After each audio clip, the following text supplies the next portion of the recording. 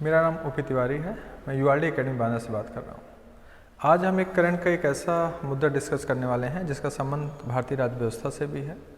और अभी एक घटना घटित हुई थी 4 अगस्त 2021 को, जिसमें तृणमूल कांग्रेस के 6 सदस्यों को नियम 256 के तहत कार्रवाई की गई। तो एक प्रश्न काफ़ी करंट से भी जुड़ गया और एक प्रश्न हमारी भारतीय राज्य व्यवस्था का भी हो गया बेटा। तो आज हम समझते हैं कि क्या जो पीठासीन अधिकारी हैं, क्या उनके पास क्या ताकतें होती हैं कि अगर कोई भी सदस्य अगर सदन की अवमानना करता है या सदन की कार्यवाही को जानबूझकर अवरोधित करने की कोशिश करता है, क्या ये पीठासीन अधिकारी के पास ये ताकत है कि वह उनको निलंबित कर सके या सदन से बाहर जाने के लिए बात कह सके। आज हम उन्हीं मुद्दों पर आपसे एक डिस्कशन करने वाले हैं। तो एक करंट का भी टॉपिक हो जाएगा और आपकी भारतीय राज्य व्यवस्था से जुड़ा हुआ एक प्रश्न भी तैयार हो जाएगा। आपको पता होना चाहिए कि संसद के 2 सदन हैं, एक है लोकसभा और दूसरा है राज्यसभा। लोकसभा के जो पीठासीन अधिकारी होते हैं वो लोकसभा अध्यक्ष कहलाते हैं और जो राज्यसभा के पीठासीन अधिकारी होते हैं वो सभापति कहलाते हैं।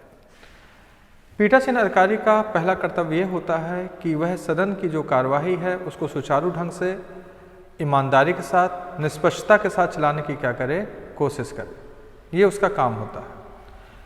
अगर सदन की कार्यवाही को चलाने में कोई संसद सदस्य व्यवधान उत्पन्न करते हैं, जानबूझकर के अवरोध उत्पन्न करते हैं, सदन की गरिमा को कम करने की कोशिश करते हैं, तो ये पीठासीन अधिकारी के पास ये ताकत होती है कि वह कुछ नियमों के तहत सदन के सदस्यों को या तो बाहर जाने के लिए कह सकते हैं या सदन के सदस्यों को कुछ दिन के लिए निलंबित करने के लिए कह सकते हैं। तो आज हम वही जानते हैं कि यहाँ पर जो लोकसभा में पीठासीन अधिकारी हैं उनके पास क्या ताकतें हैं और राज्यसभा के पीठासीन अधिकारी के पास क्या ताकतें हैं।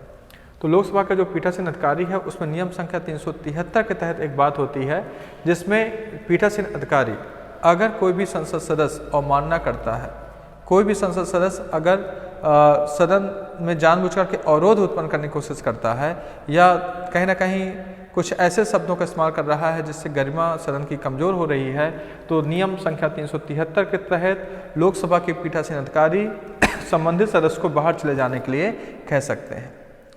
बाहर चले जाने का आशय यह है कि जैसे सदन की कार्यवाही चल रही है तो बाहर का आशय है कि शेष समय के लिए, यानी जैसे आज भर का निलंबन होगा तो शेष समय के लिए आप यहाँ से बाहर चले जाइए। अगर नियम संख्या 373 का प्रयोग किया उन्होंने तो इसका आशय है कि जैसे आज सदन की कार्यवाही चल रही है तो आज सदन की जो शेष कार्यवाही है उसमें वो संसद सदस्य भाग नहीं ले सकता है। ये किस नियम संख्या के तहत होता है बेटा, याद रखिएगा 373 के तहत होता है और लोकसभा के पीठासीन अधिकारी के पास ये ताकत है। अगर मान लेते हैं कि कोई भी संसद सदस्य है कुछ बार बार जानबूझकर के अवरोध उत्पन्न कर रहा है, बहुत ज़्यादा अवरोध उत्पन्न कर रहा है, तो उस समय 374 का प्रयोग करके संसद सदस्य का निलंबन भी कर सकते हैं पीठासीन अधिकारी। इसमें पीठासीन अधिकारी जब संसद सदस्य का नाम ले लेते हैं तो उसका मतलब होता है कि उसका निलंबन उन्होंने कर दिया। निलंबन का आशय होता है कि शेष सत्र, मतलब इस सत्र का जितना हिस्सा बचा है उस हिस्से में वह अब भाग नहीं ले सकते हैं। यानी कि जैसे मान लीजिए सदन की कार्यवाही चलनी है 10 दिन तक, आपने शेष कार्रवाई 7 दिन बची है तो शेष 7 दिन की कार्यवाही में अब भाग नहीं ले सकते अगर 374 का इस्तेमाल किया जा रहा है। अब यहाँ पर एक कार्यवाही और है जिसमें 374A के तहत पीठासीन अधिकारी के पास ताकत है जिसमें सदस्य का स्वतः निलंबन हो जाता है। यहाँ पर ये तब होता है जब आपने बिल देखी होगी, आप देखिए आपने कभी लोकसभा राज्यसभा देखी होगी, तो जहाँ पर पीठासीन अधिकारी बैठते हैं, जैसे मान लीजिए यहाँ पर मैं बैठा हूँ, मान लीजिए मैं पीठासीन अधिकारी हूँ, तो आगे बिल होती है, एक कुआं टाइप का होता है, बाकी फिर सदन चलता है।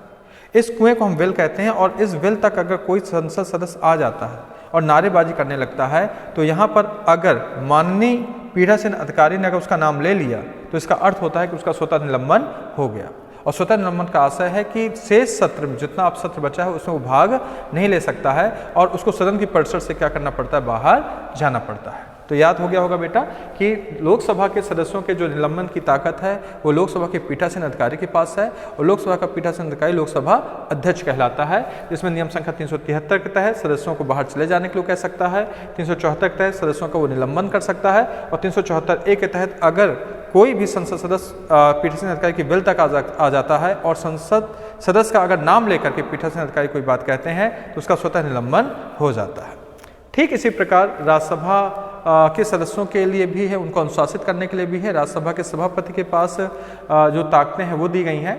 तो राज्यसभा का जो सभापति होता है वो राज्यसभा का पीठासीन अधिकारी होता है, और राज्यसभा का जो पीठासीन अधिकारी होता है वो आपके उपराष्ट्रपति होते हैं। याद रखिएगा, राज्यसभा के क्योंकि पदेन सभापति होते हैं उपराष्ट्रपति। तो यहाँ पर उनके पास दो ताकतें हैं, एक नियम संख्या 255 और दूसरा नियम संख्या 256। सेम इसी तरह जैसे 373 वैसे 255 है।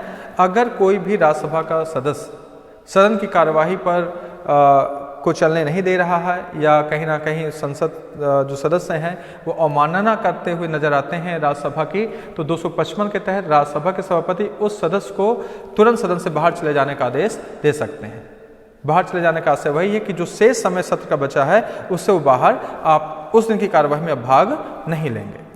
अब अगर कोई भी संसद सदस्य अगर मान लीजिए कि जानबूझ करके कार्यवाही को अवरोधित कर रहा है, नारेबाजी कर रहे हैं, समूह बना करके सदन को चलने नहीं दे रहे हैं, सदन के कार्यों को बार बार कहीं ना कहीं प्रभावित करने की कोशिश कर रहे हैं, तो राज्यसभा के सभापति के पास नियम संख्या 256 के तहत ये अधिकार है कि वह संसद सदस्य का नाम लेकर, अगर उन्होंने नाम लिया तो संसद सदस्य का निलंबन हो जाता है। और निलंबन का आशय है कि जो शेष सत्र है, जो शेष बचा सत्र है उसमें वो भाग नहीं ले सकता है, और सदन की परिसर से तुरंत उसको बाहर चला जाना होता है।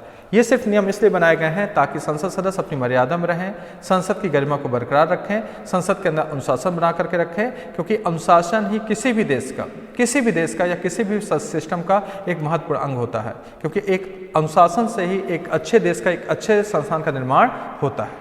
तो मेरे हिसाब से आपको करंट के मुद्दे से जोड़ते हुए मैंने एक आपको राज्य व्यवस्था का बहुत अच्छा मुद्दा समझाया है, जहां से प्रश्नों के आने की संभावनाएं बनी रहती हैं। उम्मीद है कि आप अब बार बार इस वीडियो को देखेंगे, समझेंगे, और अगर अच्छा लगे तो लाइक कर दीजिए, और अगर कुछ कमियां हैं तो आप डिसलाइक करके कमेंट के माध्यम से बता भी सकते हैं। हम इम्प्रूव करने की कोशिश करेंगे, और मिलते हैं अगले लेक्चर पर। जय हिंद, जय भारत।